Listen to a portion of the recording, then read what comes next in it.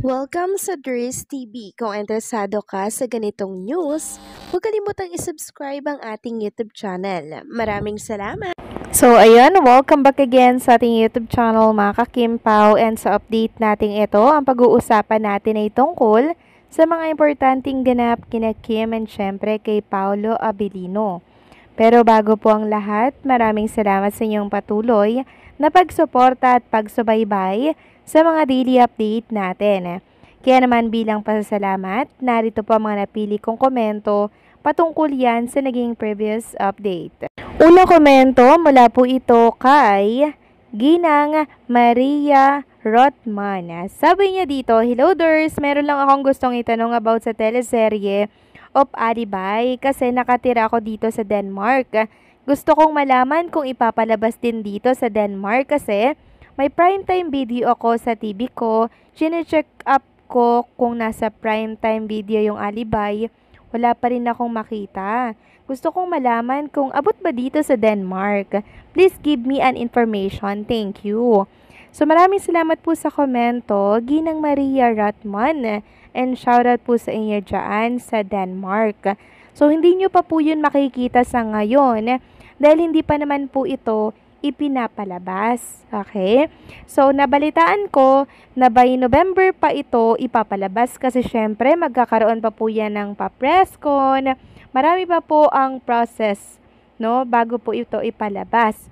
So siguro may November po ito ipapalabas sa Prime Video. At sa oras po na ilapag na nila yan sa Prime Time, Prime Video, mga kakimpaw, pwede nyo na po yang mapanood. Kasi isa lang naman po ang may-ari ng Prime Video, hindi po ba? Kung meron dito sa Pilipinas, meron din po dyan sa ibang bansa. Yun nga lang, may subscription. Pero mapapanood nyo po yan once na inilabas na po ng Dreamscape sa Prime Video. Okay? Wait na lang po natin dahil i-anunsyo din po natin yan. Okay? So maraming salamat po sa komento at sa pagtatanong, Ginang Maria Ratman. God bless po at mabuhay kayo. At ang pangalawa komento naman ay mula po kay Ginang Norma Dayag. Sabi niya, "Wow, daring and exaggerating yung teaser ng The Alibay. Siguro may consent si Paolo dito sa daring role ni Kimi. At if I am not mistaken, Dries TV, this will be the last movie ni Kimi with daring scenes and of course with Paolo's consent. Tiway Paolo for letting Kimi to portray that role. This will be the last movie of Kimi to portray that role. Bravo, Kimi. This will be a super blockbuster series of Kim Pao. God bless you both, Dries. I am afraid again with these bashers that they will bash Kim critically without thinking that makes us seniors again hurt with their bash. Diyos na lang ang bahala sa kanila." Maraming salamat sa komento, Ginang Norma Dayag. So wag na po ninyong pansinin yung mga bashers ni Chinita Princess or ni Paolo Abilino or kung sino man yan. Ignore negativity, Ginang Norma Dayag. Mag-focus lang tayo sa positivity na mga info about Kim and syempre Paolo Abilino. And yes, tama po kayo. Super duper blockbuster ang series na to ni Kim and Paolo Abilino dahil ngayon pa lang mga kakimpaw, grabe po ang excited ng mga fans. Nagtatanong na agad sila kung kailan ba to ilalabas sa Prime Video. So dun pa lang nahook na agad ang mga tao, mga kakimpaw dahil sa pinamalas na husay at galing kakaibang Chinita Princess ang mapapanood natin dito sa series na The Alibay. Kakaibang Kim to, mga kakimpaw.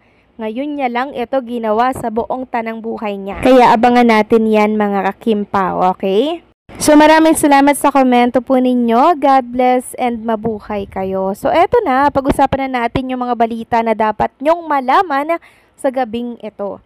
At unahin nating pag-usapan ng tungkol dito sa Chow Panran guideline or guide, mga kakimpaw, para po sa mga pupunta dito at saya at makiki-join kay Kim and Paolo Abilino.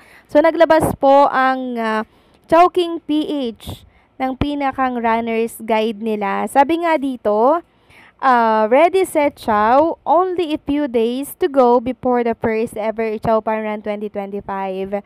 Here's the ultimate guide to get you race day ready. So, saan ba yung venue? Dito po yan sa Activity Center Block 20, SM Mall of Asia Complex, across 3 Ecom Bayshore side. At kung may mga dala naman kayong car, ito po yung mga parking areas na pwede nyo pong pagparkan. So, yan yung guide. At kung gusto nyo pa po ng more guidelines or guide, pwede kayong pumunta dito sa post ng Chowking PH, okay? Samantalang next topic tayo, pag-usapan natin ang tungkol dito sa views ng Prime Video PH and Dreamscape Entertainment sa inilabas nilang teaser ng The Alibay. So, 8 hours ago, naka 1.7 million views ang teaser po ng The Alibay, 21k po na reaction, 1.6k na comments, and 2.9k yung nag-share. Thank you so much po sa mga Kim Pao fans na patuloy na sumusuporta po sa mga project ni Kim and Paula Abilino at sa mga nag-share. 2.9k na nag-share. Mabuhay kayo. Suportahan po natin mga ka-Kim Pao ang The Alibay pag inilapag na po ito ng Prime Video PH dito sa kanilang platform. Okay? And syempre, suportahan natin si Kim and Paula Abilino. Samantalang pag-usapan naman natin ang tungkol dito sa kakalabas lamang po na commercial ni Chinita Princess para po yan sa Angel Milk. Kasama niya po dito si Small Laude. So napanood ko nga po yung commercial mga ka-Kim-Pao. At marami pong natuwang Kim-Pao fans sa itinanong po ni Small Laude kay Chinita Princess na kailan daw po mag-aasawa si Kim Chiu. At ang sagot po ni Kim Chiu, tita, napakahirap naman po ng katanungan ninyo.